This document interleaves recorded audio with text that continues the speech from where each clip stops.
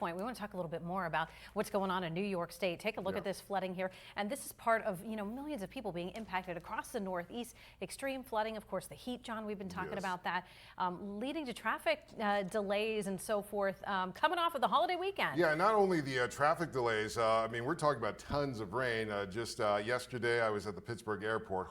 Huge thunderstorm. Also, some flights were canceled because of this rain. 1,500 flights yesterday, mainly out towards the East Coast. And of course, as I said, at least one person dead from the West Point one. That's in New York State too. So yeah, look at this. This is just unbelievable with the amount of water and rain that we've seen just in the last 24 hours. And looks like there's still some rain. We'll show you the radar in just a few moments too. Yeah, that woman he was talking about in her 30s killed when she was swept away as she was trying to evacuate her home as flood waters came up. So definitely something that we're going to be keeping an eye on. We also want to talk about the incredible amount of rain that created a waterfall in a backyard near Rochester. John, would it take you to this backyard? Oh, what? Wow. Yeah, it's crazy. Yeah.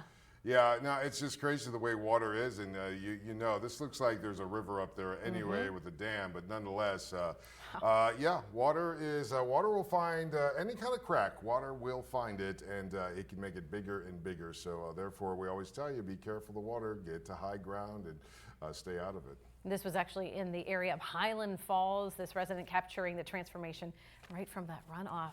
All right, we want to take you now to the city of Erie. John, horrendous scene. Firefighters in this heat are having to, deal with these fires. There were 3 that happened in about a 10-hour span, starting with last night. Yeah, when you especially talk about these temperatures, and I talked about the dew points, the humidity has been super low, so there's not a lot of moisture in the air. That means things get drier and quicker. This is like kindling sometimes, yeah. And luckily there hasn't been a great amount of wind, but nonetheless, we are definitely in fire season. So please take it easy while you're outside barbecuing, bonfires, and such. Our Lisa Adams here, you can see her in the video. She's been kind of keeping tabs on the fire investigation. The chief inspector saying 2 are likely accidental, 1 under investigation as a possible arson. There was a fire on 24th Street overnight, and then there was another about 7 in the morning. John, firefighters called to East 21st Street, and then 1 right after that about 10 this morning. So we're going to have more coming up in the next half hour of Erie News Now at 6.